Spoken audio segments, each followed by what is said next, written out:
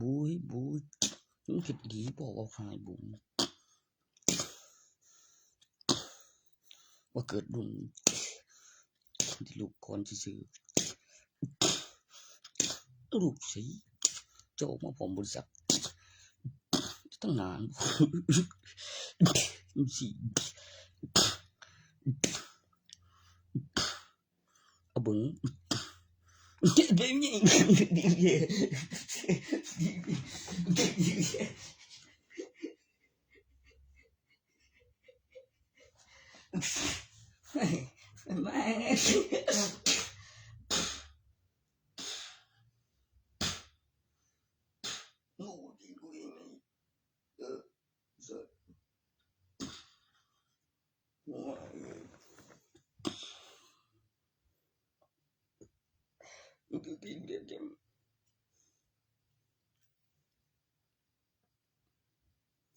เมียเราก็ข้างบ้านที่ลูกสาว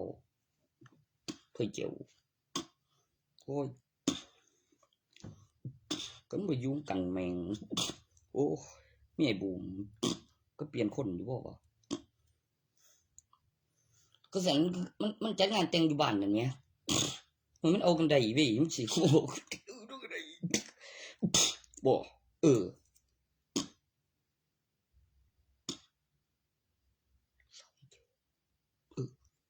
ผิดยังสาวเป็นเจียวมันเป็นฝาแฝดมันมีฝาแฝดเนาะสาวเป็นเจียวแล้วเป็นสาวแฝดโอ้ยกู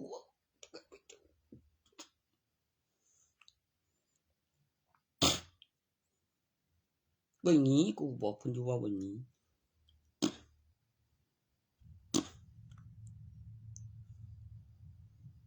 กูไม่เจียวว่าบักบูมเคยกูอีกตัวหนึ่งสงสัยบักเสียมบักห่านจะไปใส่สงสัยสิคือว่าเว้ยบ่มักบ่จะคือบ่ทันมีลมบ่ก็อยากเฮ็ดงานในโรงเรียนโรงพยาบาลไปซิบ่ก็คือว่าเฝ้าสถานบ่ธนาคารบ่ก็ผลิตเงินเปิดมหาวิทยาลัยจึงสิเป็นไปได้เฝ้าห้องธุรการตัวใดโตใส่นี่มีอื่นกับสนามฟุตบอลบุย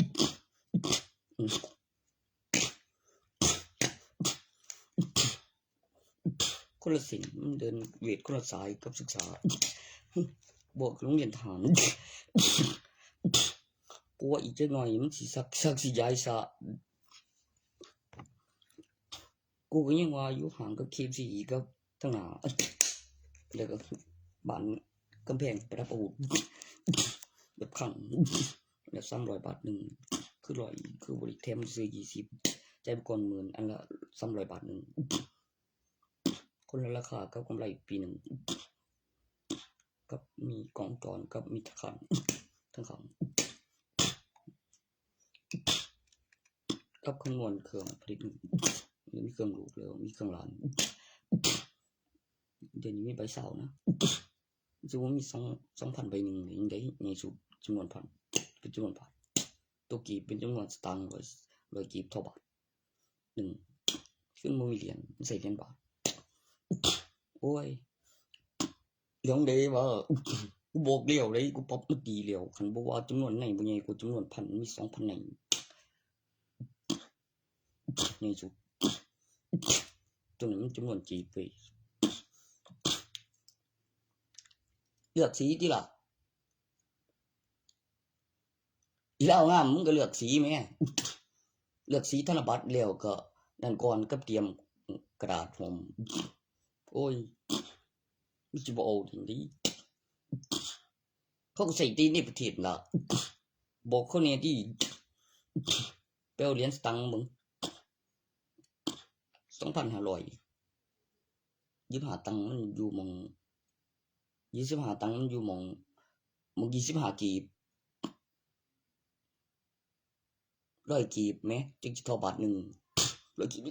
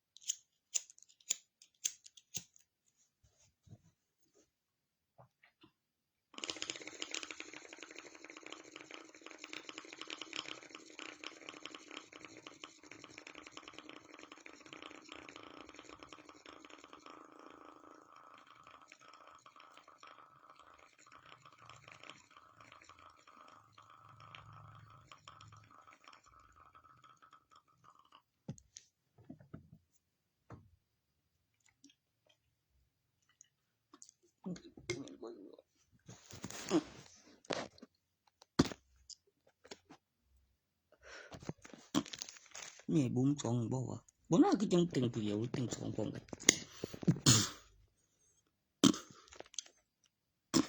ก็หมอวิจะเวียนงามบ่อีดอกกูพิบตายิ้มเขายังของจอนต่อเธอเก็บประวัติแต่งมือการเจริญเติบโตกระดูกไม่เปียกทั้งอเมริกามีเครื่องจนเก็บหลักฐานเรียกลอกก็มียาก็อยู่บ่ไกลห้องเครื่องจัดมีทะเบียนบ้านตัวเองที่ปลอดภัยแล้วยัดเข้าไปเหี่ยวไปในห้องรอเวลาค่ำคืนยังของทากูจะบอกเลย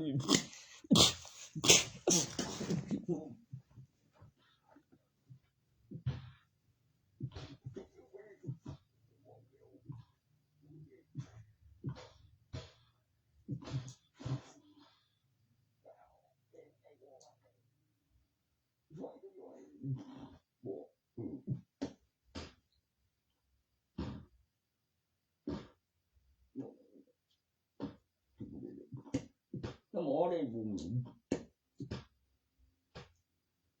บอก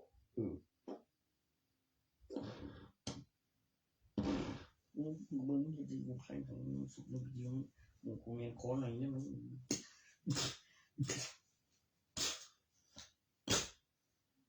น้องมันเอาทำบ่ได้ก็เลยหนีบ่นั่นบ่แม่นนะเอาไปจนบริจาคบ่ใครตราบบ่บูไกตรา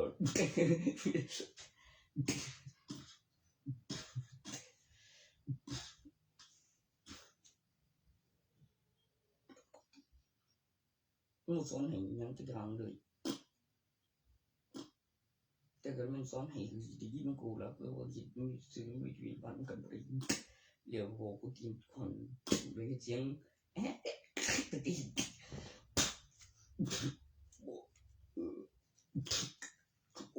โอ้ยมีอยู่ถึงอีนี่จึงมันยังเลยนี่โอ้จึงไปว่ามึงเฮ็ดตัวมันจึงงานพยานจือเดี๋ยวกูบ่ทำจำจนอยู่ถึงคืนกันเนี่ยโดนลงกูเต็มคืนพยานนับทีคนเคยใส่2ก่อนนี่ที่ล่ะโลนี่สิดื่ม2เลยบ่ขอใส่เชื่อเบิ่งว่าของเขาดีคันว่าบ่ดีบ่ต้องเสียเงินบ่ต้องใช้2เกรดคนเงินไว้จังกูมันซอยท่านบางคนคือ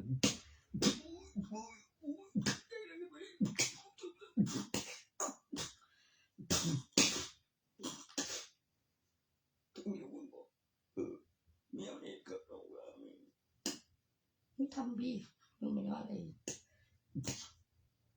ทำจริงพี่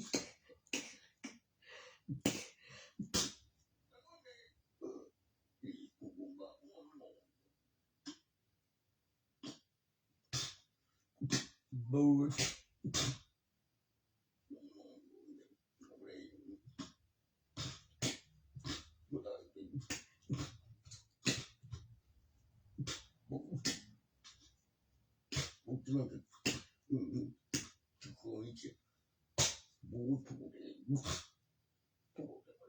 เอาก็ผู้อยู่ต่อรู้ประโยชน์มันผู้บอกโอ้ยก็มีของดีพระเครื่องก็เพียงอีกตอนได้มาดีนี่คืองามแบบสีตกตัวเฮาเขียนไว้แล้วก็ประโยชน์ตัวบัดคือบอกแล้วตัวเรียนมาไว้อ่านก็ใส่กรอบทองไว้เป็นเลขทองหลายกว่าบาทกับตังนับก็ในสมัยนั่นก็เอิ้นบาทนึงของนับบาทนึงโอ้ยกลัวทุนกลัวเพื่อนกูเดี๋ยวข้างจนโอ้แล้วถึงต้องมีสัมถึงสลางและกลางแล้วของจรเวลากองจรตรงกันไทยต่อสมบูมันมาอย่างสื่อเรียนนึงบูเรื่องบริการบุตรีบ่เปียไปเต็มตัวถามตอนนี้บ่ลืมได้อะไรผู้นึงเรื่องนึงก็สลายบ่ข่าวต้องบ่ลืมลง YouTube ประทานครับคนพบมาแล้วก็ได้มาแล้วบ่สูญสลายบ่น้อยลงมีสีรูปแบบเป็นฮอดก่อนก็แผนที่ถามกับผิดนี้ก็มีเบิ่งดูก็ทบสันก็แสงเรื่องผู้เรียนยกดีบ่บ่ มันจะไปมันก็พัฒนาที่มันจะแอมพูดกูโคปันนี้มันเป็นบ่ว่าด้วยตีบ่สิกำลังบ่จางนี่นำอยู่ดอกคือบ่ส่งเร็วมันตรงเดียวเลยว่าเฮ็ดมันใส่ดีกว่านั้นอ่ะก็ปิดแล้วเปิดแล้วก็เอาไว้ในหั่นน่ะเด้แล้วก็ติดไปอันนึงว่ามีขายนำนี้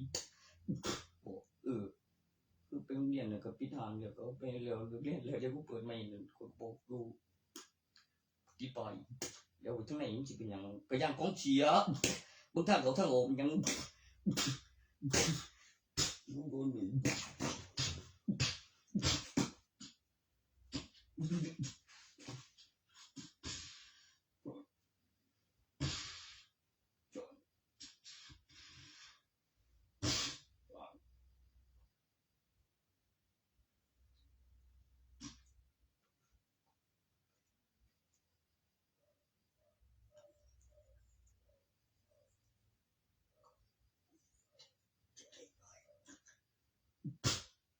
ซึ่งกี่โจก็กูดีกูต้องใจเลย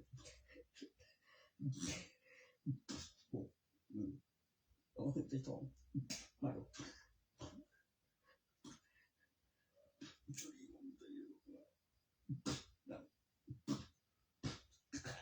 เสียงนี่สองกูอย่า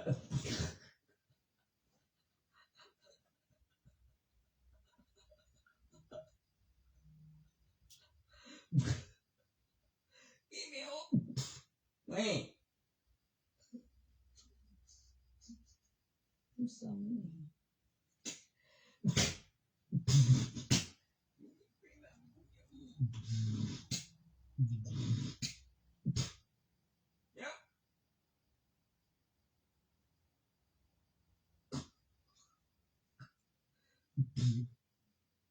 กูจะใจสองเลย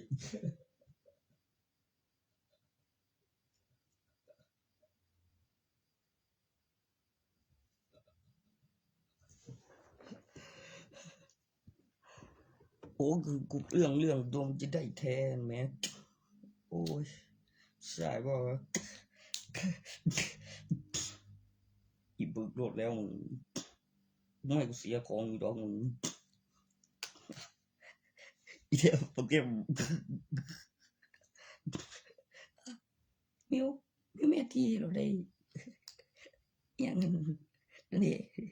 นั่นว่าบอกเลยก็มีลูกกันพวกเราเสือมันนั่นมึงช่วยหน่อยนั่นบ่ไม่เคยอย่างนี่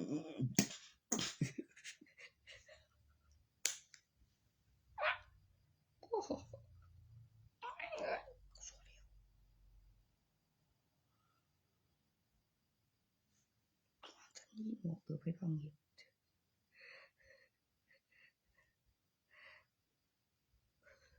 จื้อดีแม่เลยจื้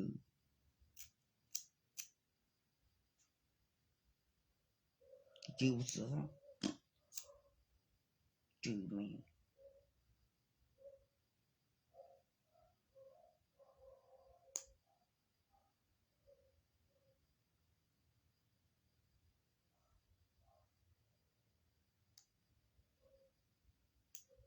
ก็คือบาทนึงนั่นดิมันเข้านับ200 บาทมันแม่นบ่ล่ะคุณบ่สั่งเมา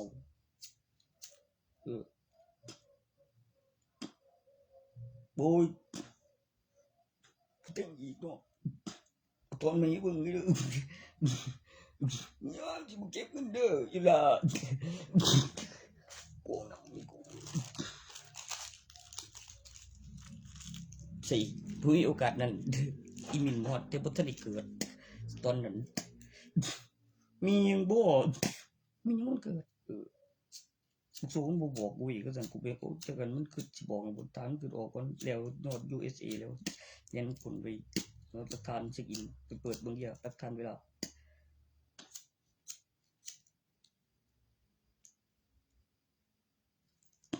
หมดปรับลงกี่มากกว่าสูงเป็นกฎหมายต่อสายตรวจบูมี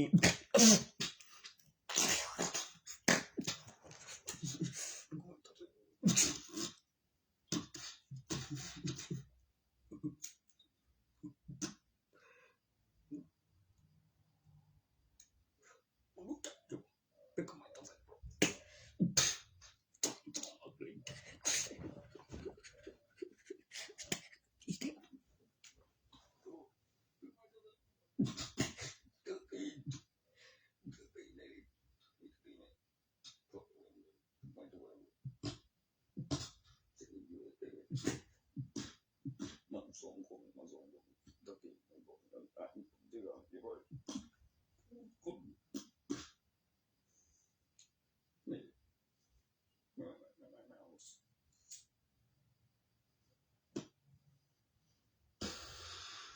ไม่ได้เงิน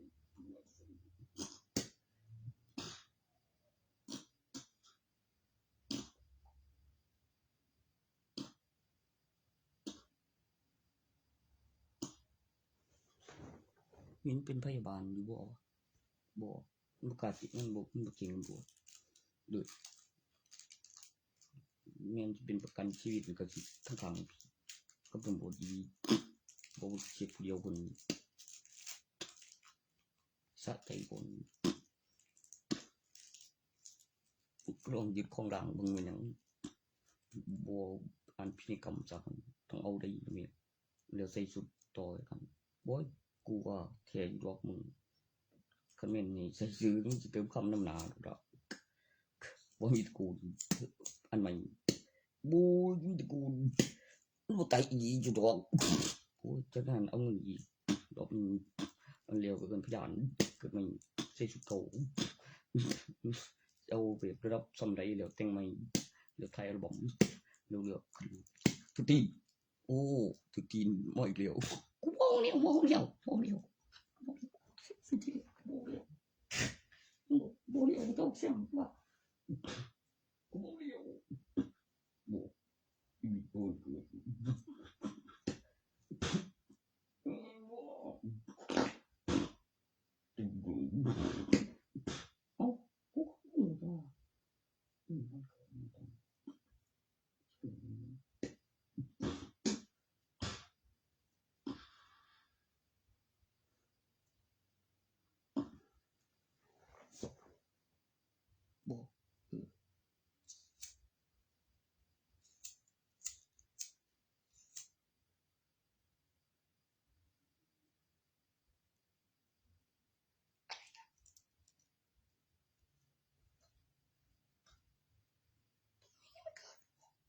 จริงเองดิ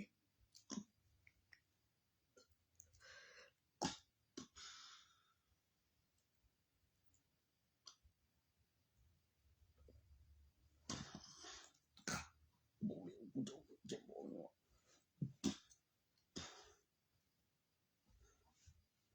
แม่ทำไมมันถึงมีอยู่ล่ะมีอยู่กับใบทะเบียนบ้านหมู่10ดิกูก็คือลูกถ้าบ่ให้ตายก็มีประกันชีวิตโอ้ยพวกถ้าเกรดโอ้พวกยันถ้าก็ใส่บอลกำหนดเวลาบ่เจียงตายบ่เจียงหายมีตำแหน่งปลอดภัยในห้องอันนี้สั่นคือบ่ในใบทะเบียนบ้านก็คือรูปต่อที่พันจังได๋ใบทะเบียนบ้านมีชื่อเดียวเลขบ้านสั่นถึงมีเบิ่งโอ้แม่นอยู่นิ้วปกติปานนั้นโอ้ยโทรนำเดี๋ยวมันสิใส่โทรศัพท์นี่ขึ้นกายล่ะขึ้นกาย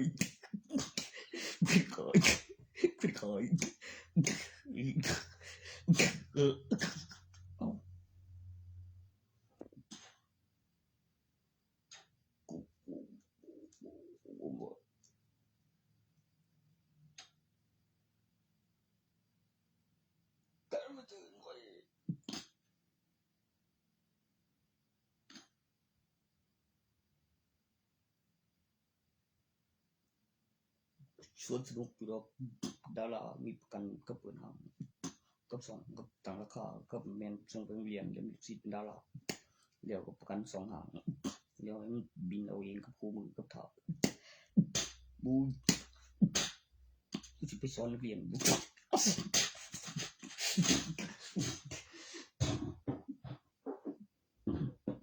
โอ้ยต้องรับต่อ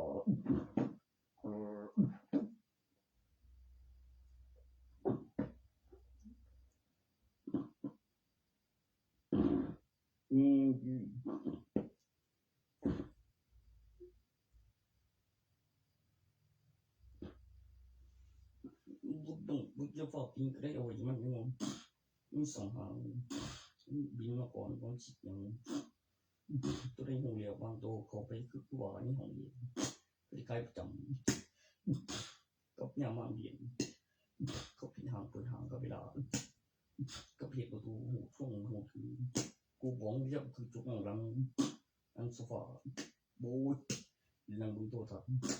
จุกใส่เร็วคือขายไหลแต่ผมตัวเธอ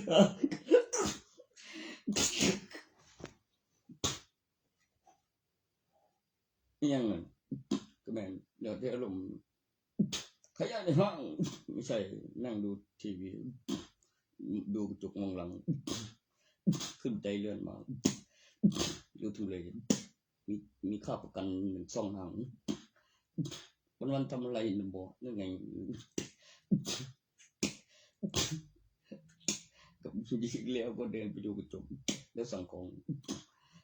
เรียนสมุดบัญชีคุณต้องการแบบไหนกับแล้วมีจอสัมผัสแล้วแอปพลิเคชันโปรแกรมติดในใช้ไฟล์เต็มเหมือนนั่งดูทีวีแล้วปอนหัวขึ้นจากโซฟาเฮ้ยนั่งกล้องตัวปุ้ย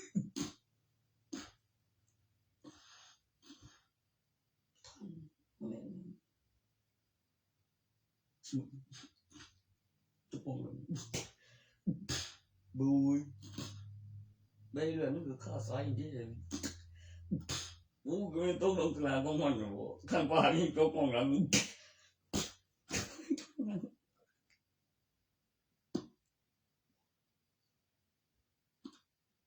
ว่าไงมาว่าไงล่ะเอาได้อีสติ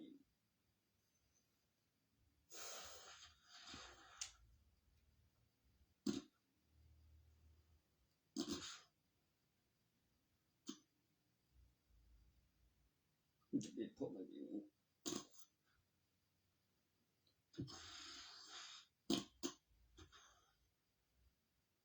ยังไม่ยิดเนาะ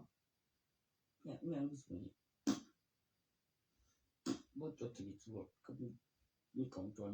รบานเปียนะชุมเมียนจริงนี่หรือว่ามันได้กับสาวสุรบทเวทพวงให้ชีวิตพอได้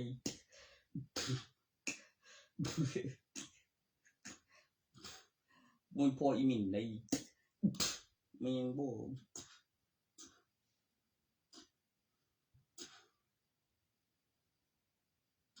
ทุกสิเป็นอย่างนี้บ่กูก็ว่าอยู่มันสิไปอยู่กับลุงมันเจลุงตอนได้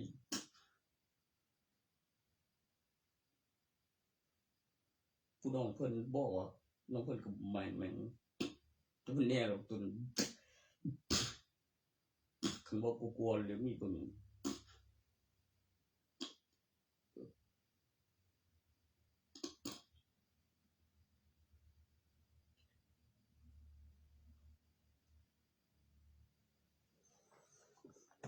บอมก็บ่ต้องเอาที่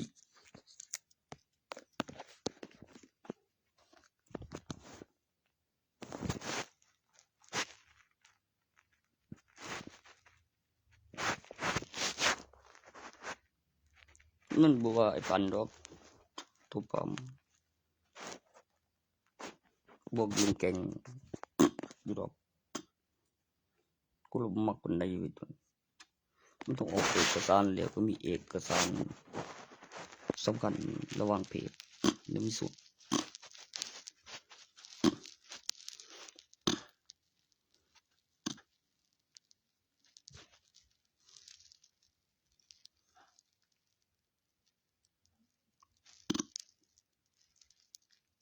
บ่ได้ไปหาหมอมาเลยบ่เห็นผิดเปล่าเลยหมอไปหาผู้ได้รักษาแล้วพยาบาลอยู่โรงพยาบาลเดี๋ยวลองอันนี้โอ้ยต้องเอาพยานอีกโรงพยาบาลนึงแล้วมีเอกสารจริงได้มีคนพยานสิ่งนี้มึงเลยเอกสารวัตถุอุปกรณ์ก่อนหันมีเวลาก็เวลา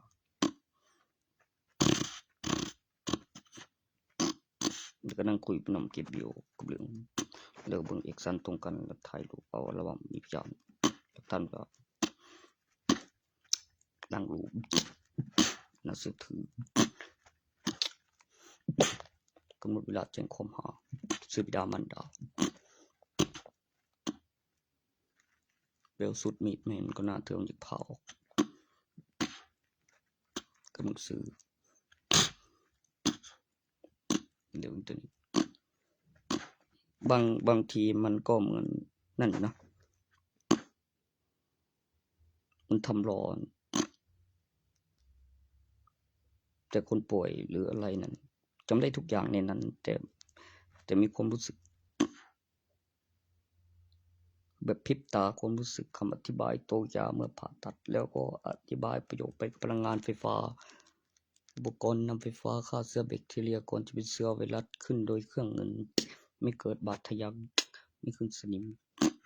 เป็นอุปกรณ์ที่ผ่านการตั้งราคามีมันสีค่าบำรุงอุปกรณ์ก่อนจะสัมผัสจับ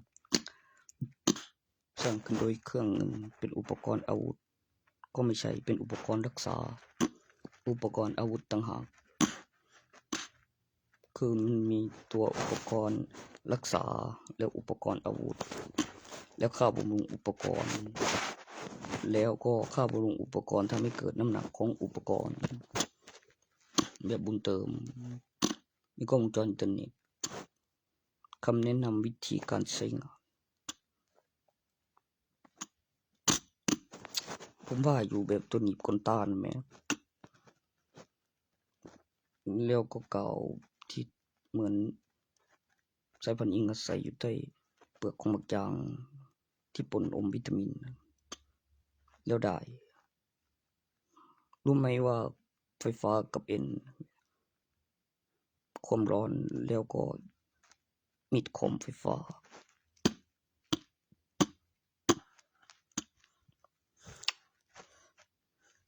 ตัวอนาไปผ่ามาแล้วมันไม่เหมือนตุนคนตาได้เด็กคนตา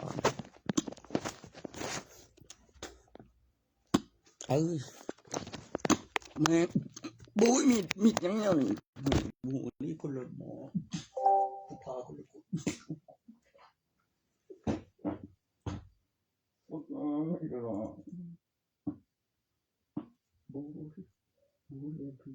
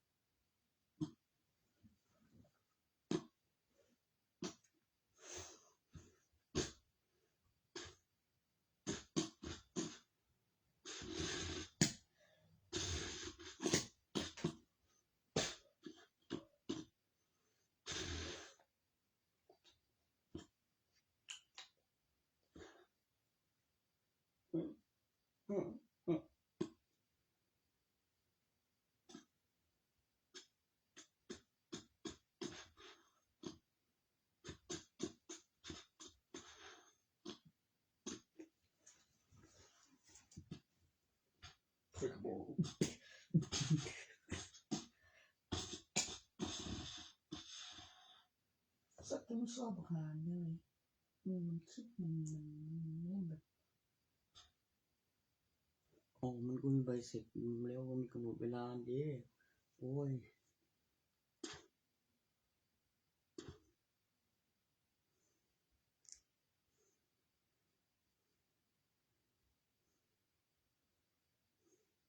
ยาพารายาสีฟัน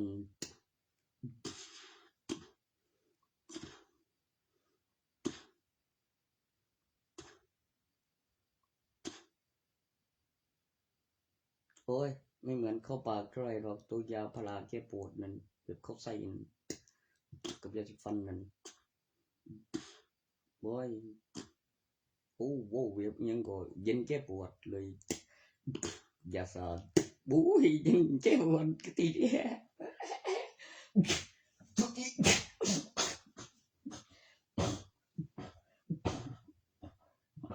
ง่ายว่าไงคุณทำไม่ได้หรือว่าแล้วก็ครีมทาหน้าเด้อ กินทาหน้าด้วยนะถนอมผิวนั่นแม่คนมึงละไม่ใช่ยากินได้แล้วก็กินยาแก้อักเสบโอ้มันเป็นคือยาทาบอกว่าโอ้ยมันเป็นคือเม็ดในที่อับเป็นเม็ดคือเม็ดทรูนั่นบอกมันจะรูปลื่นขึ้นใส่ถนอมผิวไม่เป็นสิวโอ้โหอย่าบุกหน้า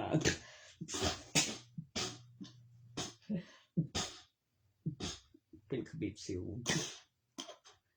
เด็กแล้วแพ้เป็นบ่อไม่แพ้เป็นก็เหลือรอยถลอกอยู่บ่อตัวนานไม่นะกูว่าหน้าแทกถึงอยู่ถลอกเดี๋ยวพวกกินแผลเป็นกันแต่แผลเป็นเก่าหนึ่งตัวนี้สนยังอยู่เป็นแผลเป็นโบราณเก่านะ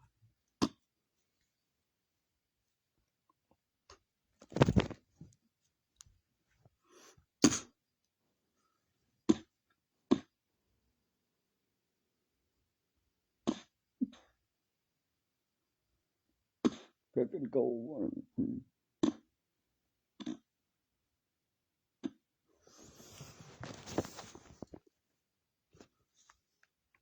ข้างนี้มันโอ้ยไม่ได้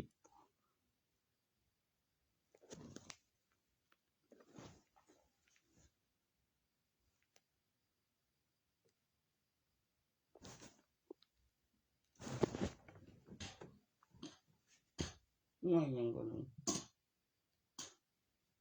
เบาดีคือลูกขนบุยหัวหลานเนื้อ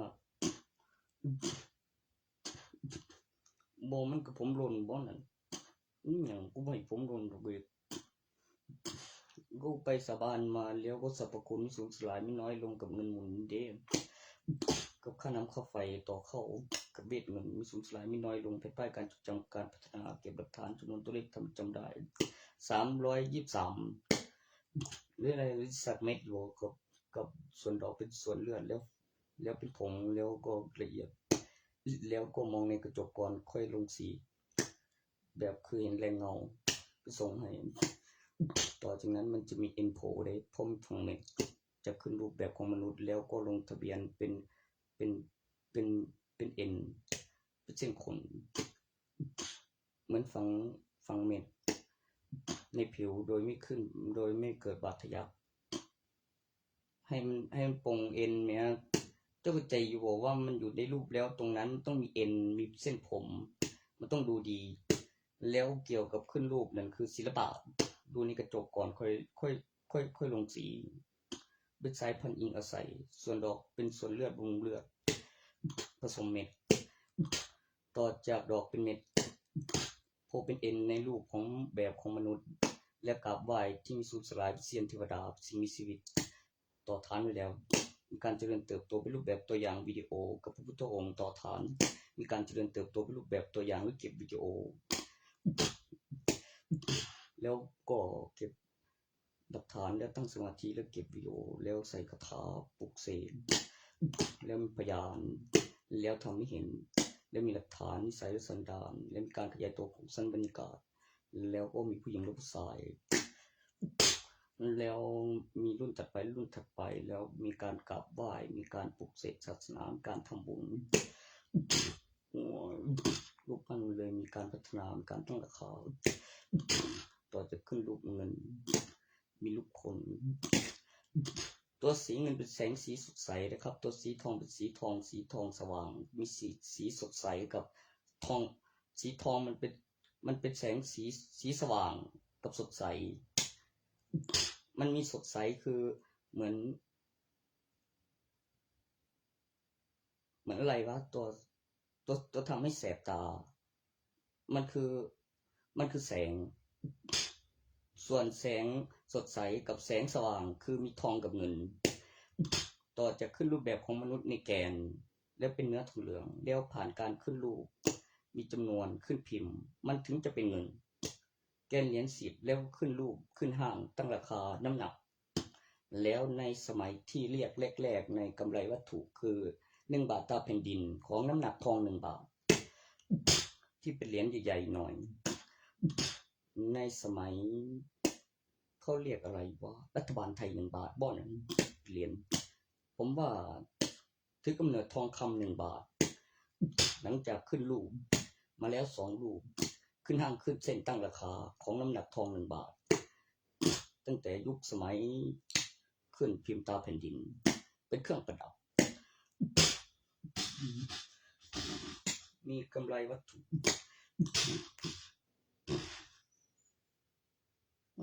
ว่าอยู่เครื่องเงินก็ใส่หนึ่งเครื่องเงินนั่นแหละกับประโยคไปกับพลังงานฟ้าฟื้นฟูเก็บราคา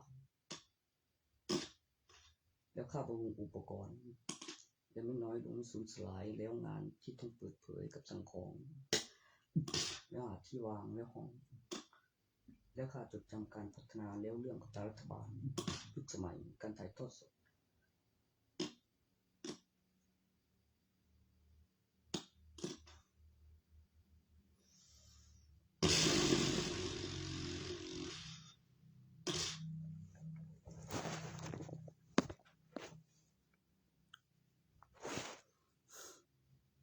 จดสมุด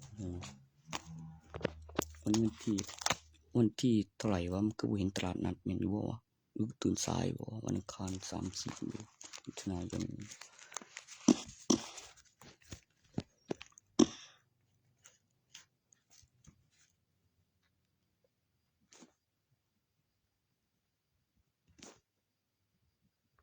ไปต่างประเทศนี้ไม่รู้เลยแล้วว่า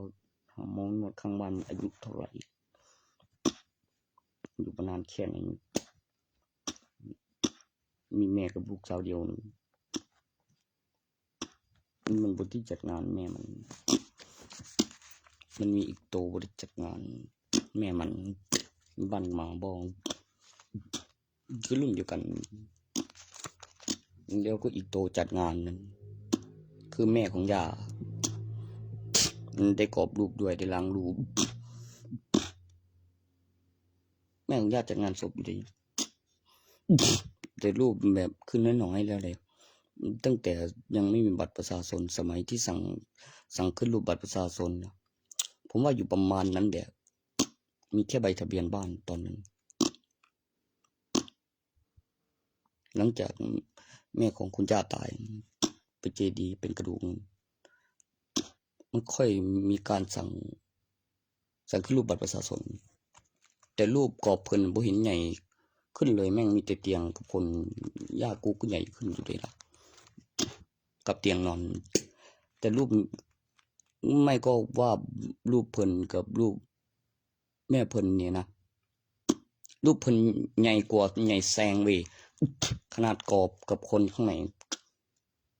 กูไม่เชื่อเลยว่าจะมีอะไรของมึงไม่มีบัตรประชาชนมึงตายของแม่ของคุณยาทำไมมันมีแค่ใบทะเบียนบ้านส่วนปู่ทวดผมนั้นมีบัตรประชาชนไปโรงพยาบาลพอดีเรื่องอย่างเรียกคือว่าแล้ว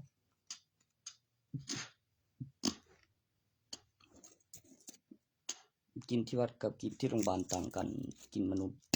ส่วนมีประกันชีวิตแล้วก็แจ้งความไม่เหลือหลักฐานนั้นเพิ่นจะว่าใบเสร็จบ่ว่ามันไม่ใช่ใบเสร็จเหลือวิญญาณที่ละคนไม่ยอมตายแล้วมันก็ไปวนที่ศาลมันเข้าไปวนที่ศาลได้ไงมันก็เข้าเวรแล้วเอกสารแจ้งความหาที่ละไปแล้วก็มีพยานแล้วก็กำลังสืบมันต้องเข้าไปในห้องในกลุ่มด้วยเมื่อเขาเวร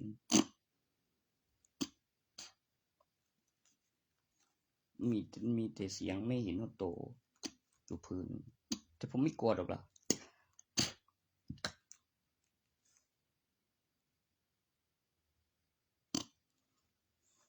หรือมีใครกล้ามีพฤติกรรมแบบค่ากินไม่เหลือหลักฐานแจ้งความเพิ่นจะว่าใบเสร็จบ่ใช่ใบเสร็จกูบอกแล้วได้ว่าไม่ใช่ใบเสร็จ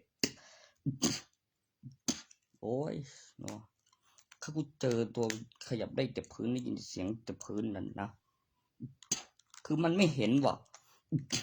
ไม่เห็นโตว่ะแต่รู้ว่ามันต้องประกาศเสียงแต่เธอเคยเห็นปะล่ะกูก็บอกแล้วไม่เห็นว่ะขนาดเอากล้องถ่ายยังเห็นแต่อยู่พื้นเอาหลักฐานนั่นเห็นเป็นรอยอะไรรอยน้ำของเหลวก็ไม่ใช่ดิเป็นเงาคุณเนาะเขาเรียกอะไรเขาเรียกคุณอยู่บ่ควันก็ไม่ใช่โอ้ยเงาไม่มีตัวตนมีน้ำหนักอยู่พื้นแล้วเขาเรียกอีหยังสั้นๆนะบอกเรียกสั้นๆไม่ได้เวลาเรียกสั้นๆไม่ได้ เป็นร่องรอยขยับได้ตอนตั้งได้หลักฐานตั้งกล้องได้หลักฐานตอนนั้นสงสัยจะโดนดาบหนึ่งเลือดก็ไม่ใช่โดดมันของเหลวลากไปเลยวนกุหลายไม่เห็นโตมาเฮ็ดให้หนหวยระยะประชิดวิ่งไล่ต่อได้กูเก็บหลักฐานเพิ่นก็บอกที่แหละกูก็เห็นให้เห็นก่อนค่อยส่งเสียงห่วยแม่งว่ามาคิด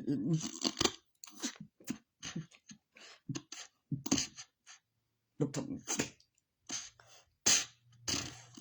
โปตำพองด้วยยังบุจบด้วยขัดบูสาวบูใส่คนละอย่างกันด้วยบอยบอยง่าย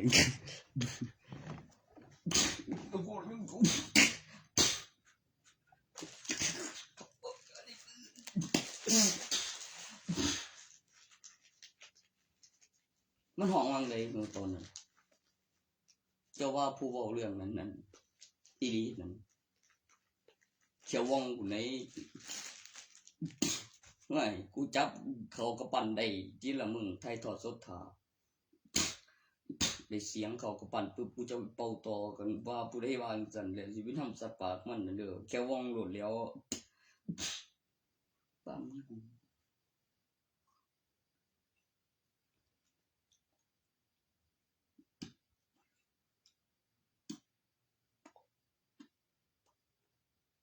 ผู้เข็มผู้นึง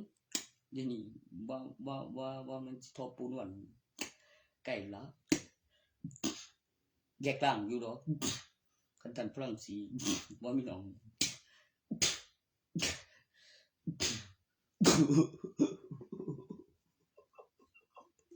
ว่ามียามขนาดมีลูกชายที่แรกยังว่าลูกน้องคือพ้องแห่งปานนั้นกูว่าแต่ลูกชายเพิ่นนั้นในเพิ่นว่าลูกน้องบอกเพิ่นเป็นผู้เบาว่าซั่นบ่ไปเรียนหามีคนเฝ้าอีกเว้ยบ่มีของบุ้ย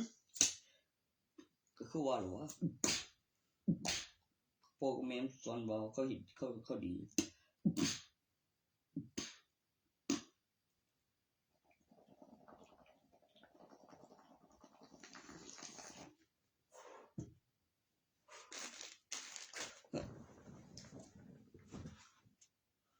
ฮะก็อาจารย์โยมีอาจารย์ใส่กับอาจารย์โยเด้ผู้น้อยว่าเกิดก่อนผู้ใหญ่จักเนี่ยเพิ่นอยู่ไสแบ่งลูกเสกบ่วะคืออาจารย์ใส่โลแม่นไหมคืออาจารย์โยสามไก่กับร้านเสกต่อจากเสกออกมาเดียวบ่มีหลานไปเจอคำใหญ่คำบ่อนบีดบอมบี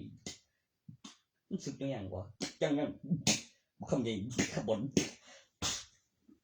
เพิ่นยังอาจารย์คำใหญ่แล้วเดี๋ยวลมมันคือกันแน่นอนแต่ผู้แยกร้านก็ไปเองบ่มีสองอย่างเลยโอ้มันมีบ้านเด้มีวัดหลายวัดโอ้มันสิว่าแยกย่ามแยกร้านบ่วะมันบ่ผิดกันเองได้คือตอนแยกร้าน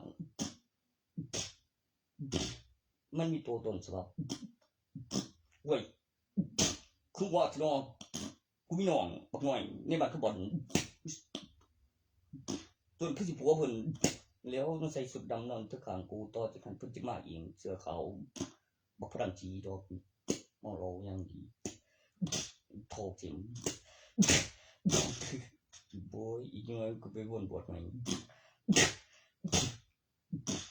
เลี้ยวไงเลี้ยวเบิ่งท่าทางเลี้ยวเพิ่นก็ปิดกุฏิเดี๋ยวไอ้หลวงปู่ขึ้นบงก่อนเด้อบักหาหัวโดนมันจะมาอีกบ่อยคงเป็นพ่อมันบ่จักเดียว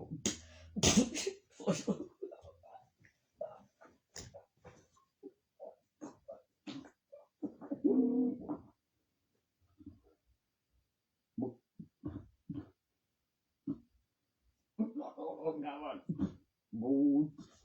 ยังปูน้อยเราใส่เสื้อดำบอกว่าสีมองว่ามันเสือเขา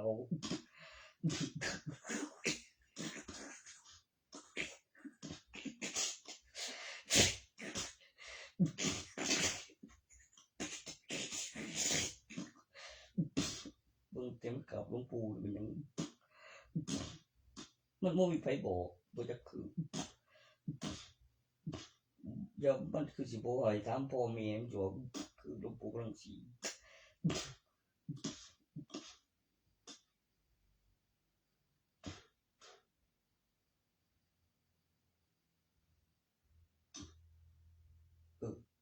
ว่า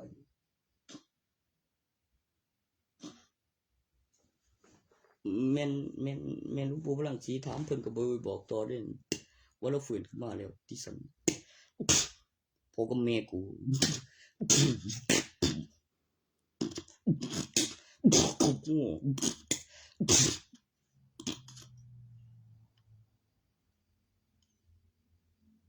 โว้ยมันก็มีแห่งบ่ต่อรถแล้วบ่คานนั่นสงสัยสังกลีแล้วก็บ่ไปให้ต่อเสย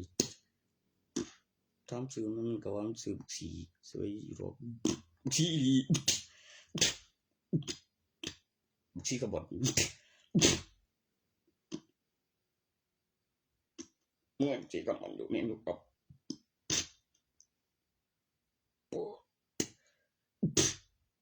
มันเป็นแนวใดก็มันสิเสียเขาเมาเรานอนหน้าบ้านกันมีผู้นอนตะกางเสียดำมองเพิ่นบุคคลหัว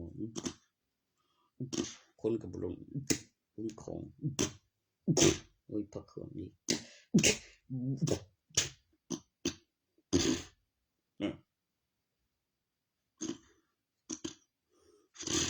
เขาชื่อว่าเจ้าพลังสีทองแดงเนี่ยคือบุญเมียมันนั่นคือว่าลูกเสกนี่หลังบูโอ้ลืมไปเสกทองแดงก็ชิดจะทอดมีลูกผู้หนึ่งนั่นหรอคือสิมีเมียผู้เดียวกันกับน้องกับบ่แม่นเนาะ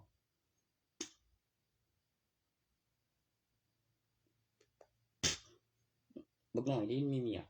หลวงปู่กำลังชี้แล้วเป็นผู้บ่าวเราบ่รับแล้วถือมีขาอีกหน่อยลูกกับหลานอยู่ต่อบ่แข็งเตียงคันว่าค่าเมียทีละ2มันบ่เด็กหน่อยที่ค่าเมียทีละ2มันต้องเอา2พร้อมกันได้เหมือนทีละคนค่าเมีย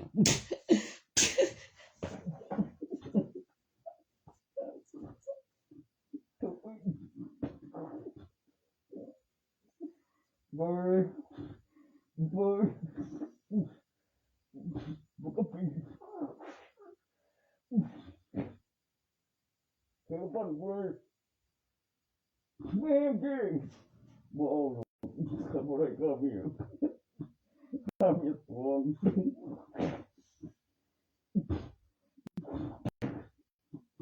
คนพร้อมกันมันเลยเขาเรียกตำนานข้ามี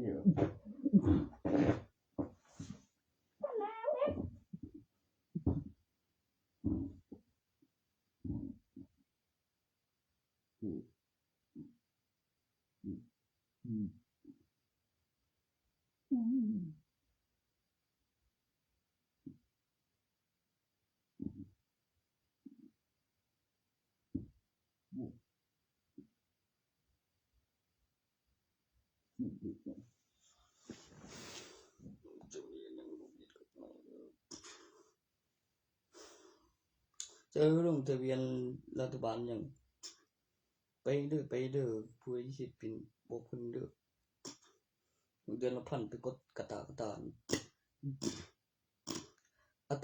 ตักอยู่อำเภอเดชเดินขายวิทยาคือเปิดหางนำเนี่ยก็แบบสแกนแล้วคือว่าไปแปรรูปผู้อยากเป็นก็ผู้เฝ้าหน้าว่ามีเทศบาลไปถ่ายแล้วขึ้นสำนักงานแล้วก็ไปเบิ่งอยู่น้ำยืนแล้วก็เสื่อมรีวิวเงินกับตาสโนดแล้วก็เอิ้นประชุมอีสานว่าตาสโนดนั้นบ่เปลี่ยนตาเนาะมันสร้างขึ้นในสมัยรัชกาลที่9เป็นตาพญาครุฑหรือมีโฉนดตาเก่าก็หันอยู่บ่เป็นตารัฐบาลหยังคันว่าเขื่อนราชการบ่แล้วมันเป็นลูกชายเดียวแล้วผู้สร้างสร้างขึ้นกำหนดเวลา10ปีบ่แม่นแต่ใบทะเบียนบ้านโฉนดนั้นระยะเวลาล้อมรั้วและมีที่อยู่อาศัยค่อยต่อเข้ากับใบทะเบียนบ้านนั้นมีค่าน้ำค่าไฟแล้วมีการไฟฟ้ามาบอกว่าเป็นเถียง1หลังแล้วก็วัดพลังงานไฟแล้วมีหัวจ่ายใน1เดือนเขาไม่เก็บตังค์มันไม่ใช่ตั้งร้านถ้าตั้งร้านไม่ได้ใช้ไฟหรอกแม่ก็ไม่เก็บอยู่ดีคือไม่ได้ใช้ไม่ได้เสียบ้าก็แสนกูก็ว่าวังของจริงนะที่กองจรเวลากลับคืนมีหลายธงมันก็มีหลายงานหลายให้มันคือตกทางหลังไอ้ฉันบุยต่อจากสะพานน้ำมีเขื่อนเป็นรีสอร์ทของแกตอนเที่ยงมีรถตอนนี้มองจอดรถปุ๊บแบกใจเลยมาได้ถึงผม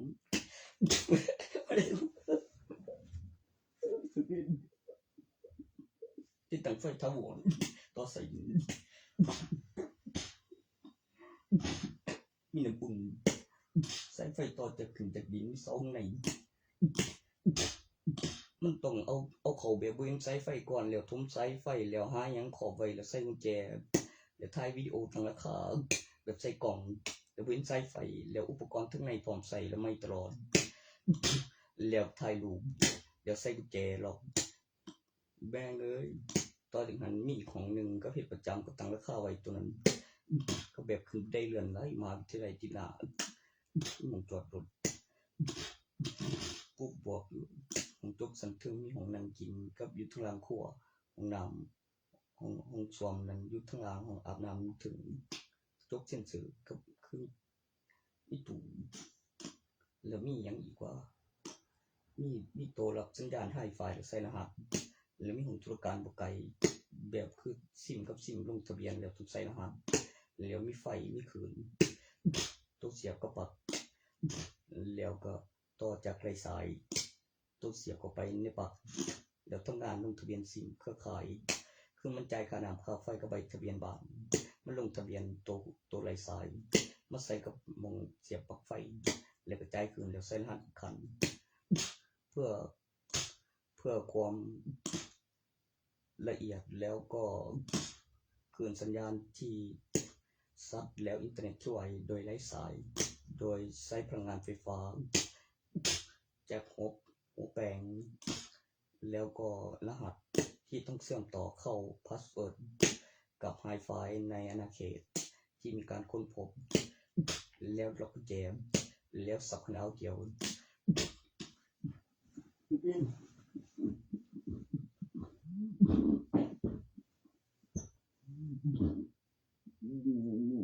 เอาเดียว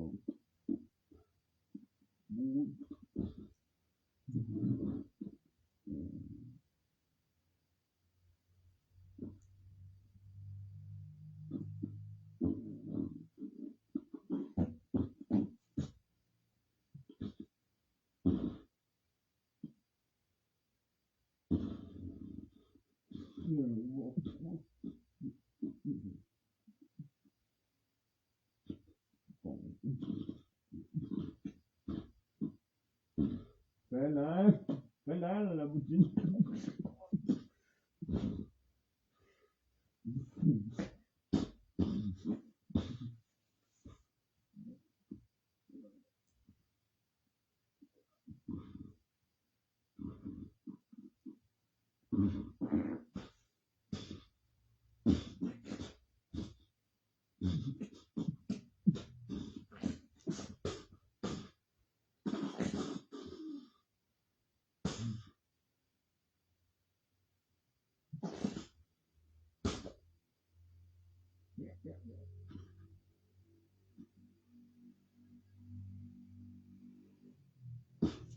เด็ดเม็ดลิดดวงบอกเครื่องผ่าตัดกันนั้นกูพูดถึงเรื่องเด็ดเม็ดลิดดวงนี่แหละ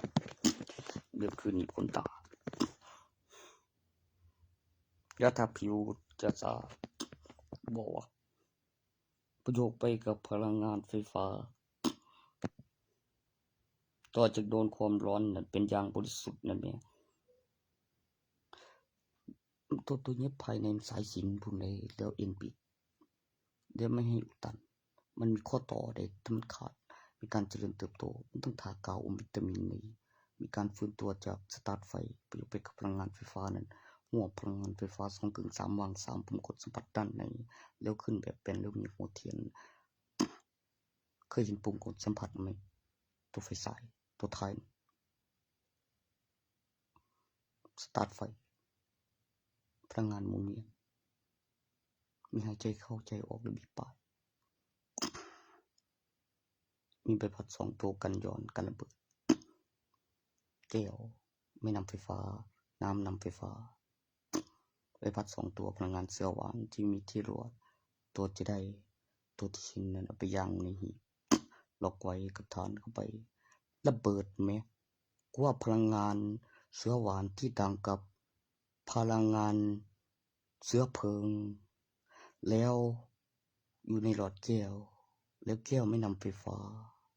แล้วเมื่อเกิดน้ำนำไฟฟ้าขั้วบวกและขั้วลบจุ่มลงน้ำแล้วการประกาศเสียงที่ต่างกับดินปืนแล้วเกิดแรงระเบิดเพราะพลังงานเสือหวานโดยไม่มีที่รั่วในหลอดแก้วตอนย่างโดนความร้อนเห็นวิญญาณไหมสากประกาศเสียงสากฟ้าเปิดในเสียงนั้นกูไล่ฟันต่อเลยแล้วได้หลักฐานพื้นไม่ใช่ของเหลวโรยไปเลย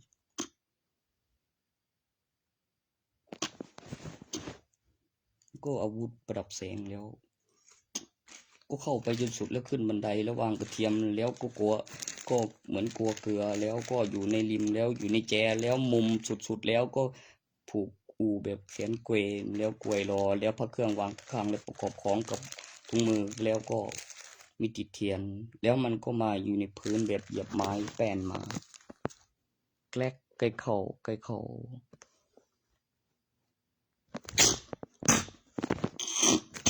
แล้วก็ถอดดาบเมงบ่บอกแล้วก็ยิบขอนกับดาบตาม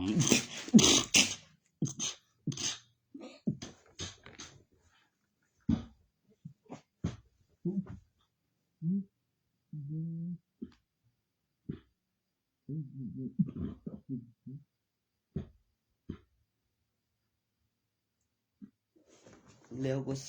วก็ซ่อนสื่อแล้วก็ฝังของแล้วก็พิสูจน์ทั้งตัวอักษรบอกบ่ศูนย์เนี่ยแต่ที่แน่ๆนั่นนะตัวมันบอกเจอตัวทำให้เห็นค่อยส่งเสียงกูละล่าสุด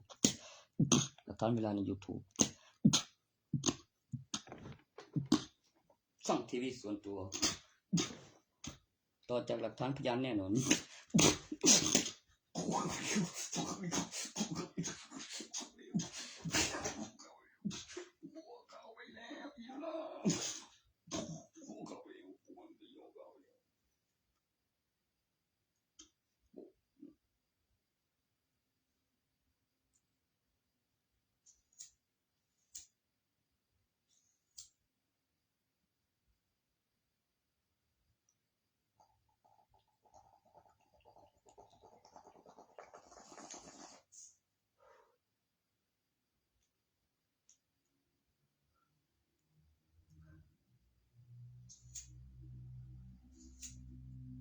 เอาก็มีปูหน่อยก็มีพอผู้เดียวกันกับงานเด้อยู่บ้านขบอนเธอก็จำบ่ได้หรือไปปล่อยวัดบ่มึงคือสิมีอีกก่อน2 ก่อนเนาะอยู่บ้านขบอนอีกนำทีโอ้ยหรือแยกหลังเมียก่อนผัวผู้เดียวบ่ก็ตายถึงวิญญาณแตก2 หลังยังหลังหนึ่งบ่หันก็ยังกระดูกบ่ฟื้น ลูกเคยพัวมาเล่นเป็นผู้สวนขึ้นว่าบ่แม่นละของก็ขาเอาขึ้นไม่ขาเอาขึ้นแล้วเอาขึ้นแล้วก็คือมันตายแล้วสังเกตมันก่อนแม่นเป็นโจรอีกมันก็ถึกติดคุกโบยบ่สักไรเหียแบบบ่กูบงการเองแล้วคันแม่น3น่ะบ่ล่วงแบบเกินไปตึกเสียมก่อน1,000ก่อนอาหารสิโซ1 2มีเด็กน้อยผู้เฒ่าโบยเครื่องลูกหลานแม่คือได้ขายใส่กล่องไว้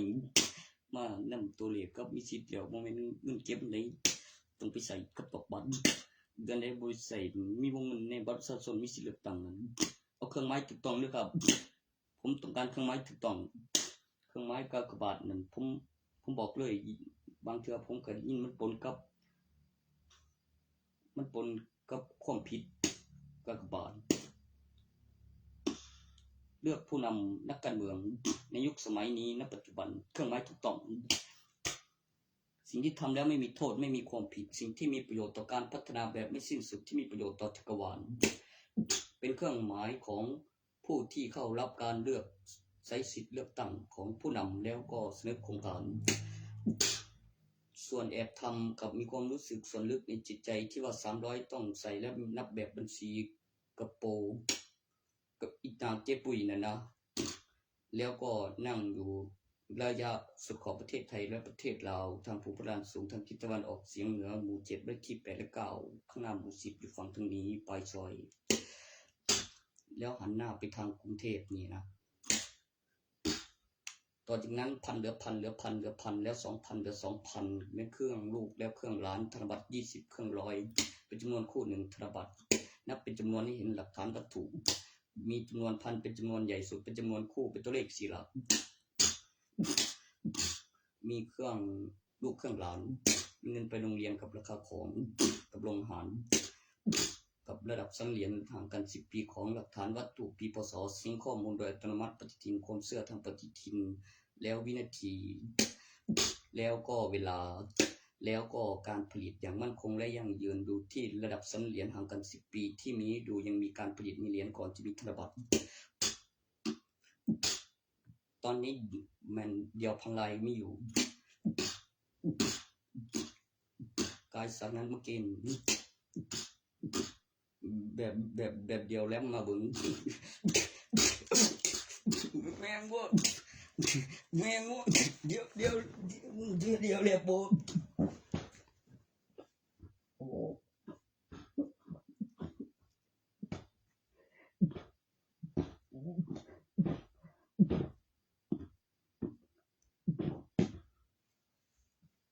แง่ก็ต้องนานขึ้นดูขยับได้ภาพนิ่งต้องรอพยานมีการขึ้นรูปกับไหวอันภาพเด็กไรเซราแชมเปี้ยนประโยคคำว่าแชมเปี้ยนขยับได้ภาพนิ่งคมไวเร็วกว่าเนื้อแสงเนื้อเสียงสามารถมีพยานแล้วมีหลักฐานวัตถุว่าเป็นวัตถุขยับได้ในภาพนิ่งเป็นอนุภาพเหล็กไหลเซราแชมเปี้ยน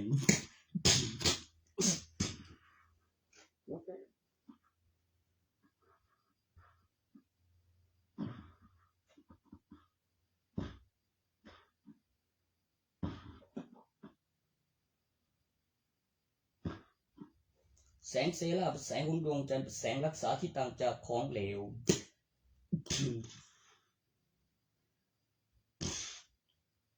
ต่อจากค้นพบโลหะที่อมพลังงานน้ำมันแล้วไม่เกิดเชื้อราไม่เกิดบาดทะยัก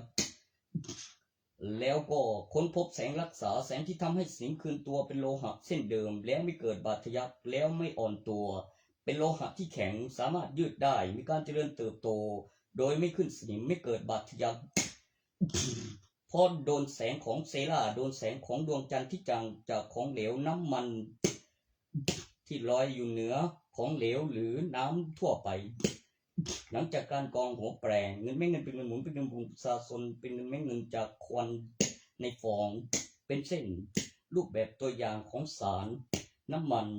การเผาแล้วแปลงแล้วไฟแล้วระยะเวลาแล้วตั้งราคาแล้วเกิดน้ำมันลอยอยู่เหนือน้ำแล้วเปิดก๊อกเติมลมเป็นน้ำมัน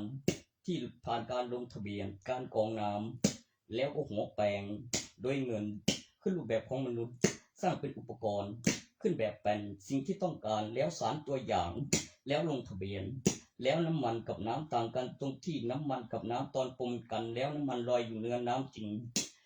เป็นสิ่งที่มีเห็นณปัจจุบันหลักการทางวิทยาศาสตร์ที่ค้นพบ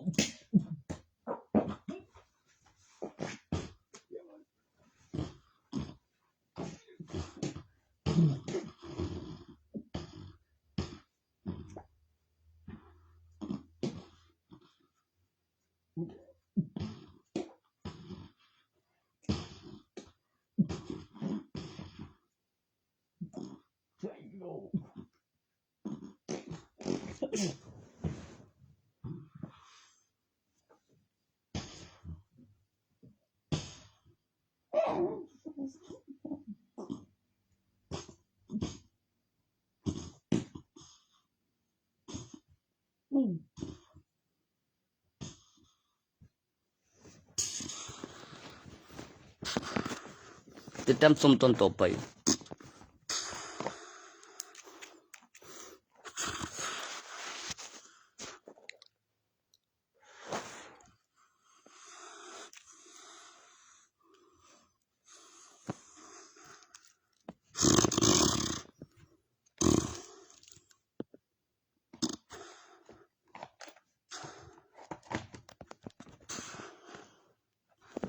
ตอนที่428ของเทวดานัจรวย323 147 1607ธุรกิจกฎหมายคำอธิบาย1479คำอธิบายต่อจากใบทะเบียนบ้านบัตรประชาชนขึ้นรูปตัวตนเลขบัตรประชาชน13หลักมิตรสำคัญบัญชีใบทะเบียนบ้านคำอธิบายเป็นตัวอักษรประโยคจำนวนตัวเลขใน YouTube มีการจดจำการพัฒนาแบบเป็นตอนประกอบคำอธิบายเพื่อให้เข้าใจมากขึ้นและเข้าใจยิ่งขึ้นและรูปแบบที่เรียกครั้ง และประโยคคำว่ารัฐบาลเป็นประกันมีประกันชีวิตระยะเวลาต่อประกันเก็บค่าประกันชีวิตตรวจร่างกายขึ้นรูปบัตรสถานที่ศึกษามีห้องถ่ายภาพขึ้นภาพประถมขึ้นมัธยมอยู่ดีคือต้องไปล้างรูปมาติดคือระดับประถมมัธยมมีบัตรนักเรียนต้องตรวจร่างกายกรุ๊ปเลือดทำประกันชีวิตมหาวิทยาลัยเกณฑ์ทหารโรงเรียนทหารอายุ21ปีขึ้นไปกำหนดเวลากฎหมายหมายเรียกตัวและบัตรประชาชนความสำคัญเก็บหลักฐานคำอธิบายประกอบเข้ากับตารัฐบาลแล้วเรื่องแล้ว